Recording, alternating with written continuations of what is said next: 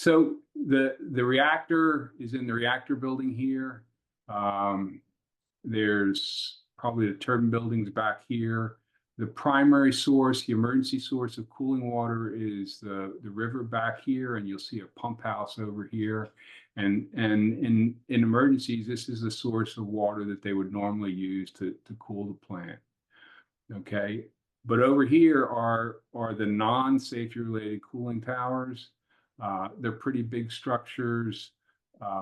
They're not safety related, so they're not relied upon in the safety analysis. But because they can be used to cool the reactor, they do lower the risk from any events that happen. This is what the Power Magazine had to say in late August of 2020. Derecho damage forces early retirement of Duane Arnold nuclear power plant.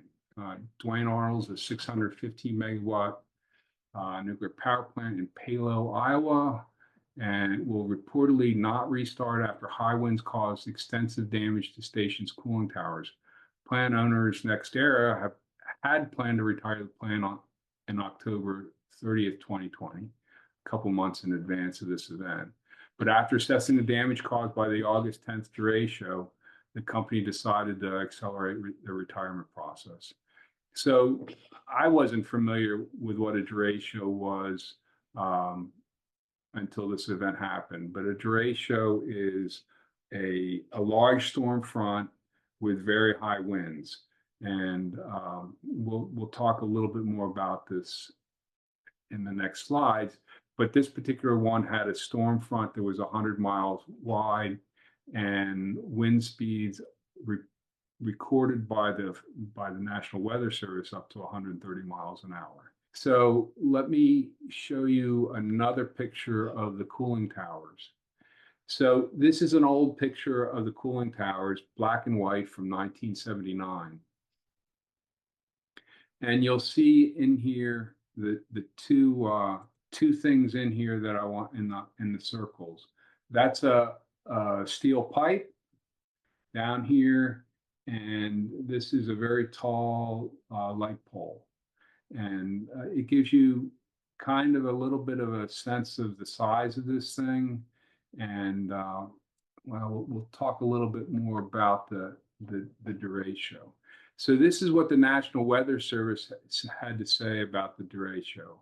Okay, what we have here is a map of Iowa. You see this yellow area of the map where the Weather Service said they got to 120 miles plus. And at the plant, the plant personnel think that the wind speeds got up to 140 miles an hour.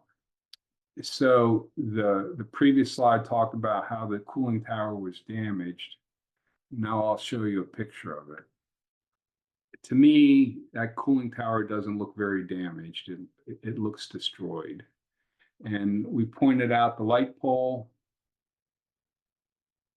and there are those pieces of steel pipe.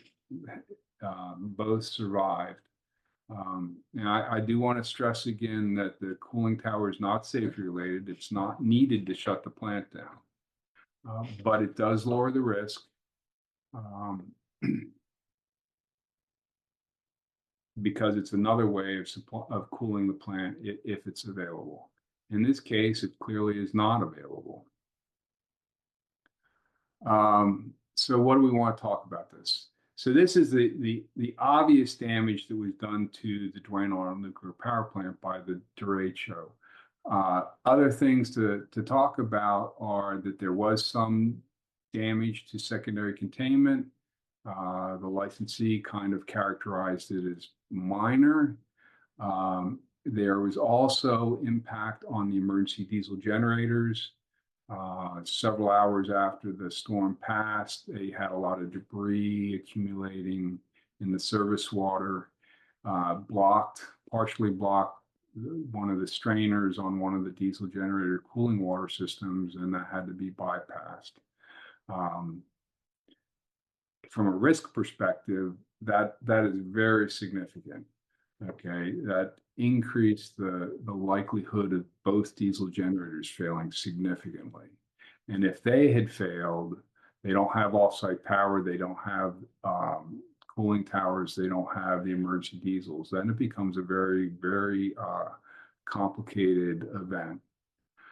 Normally on an event like this, with the risk as high as this, the NRC would send out what they call an augmented inspection team, which is the second tier of a three-tier um, process, second most severe. But the NRC didn't send out an inspection team. My take on that is they knew the plant was going to shut down in a couple of months anyway, and so they didn't see any need to send out a lot of people to it. So they never talked to the operators. They never recorded anything that the operators saw or heard. They didn't talk to the engineering staff. They didn't talk to the maintenance staff. They didn't talk to management. None of this is recorded in any kind of event analysis recording what the plant saw, what the plant experienced. And the primary reason for sending out an inspection team is to collect that kind of information, to record it, and then distribute that information to both the domestic industry and the international industry, because it's a lesson learned, and it could help other plants learn from this event and therefore be better protected. But the NRC didn't do what their own procedures said for them to do.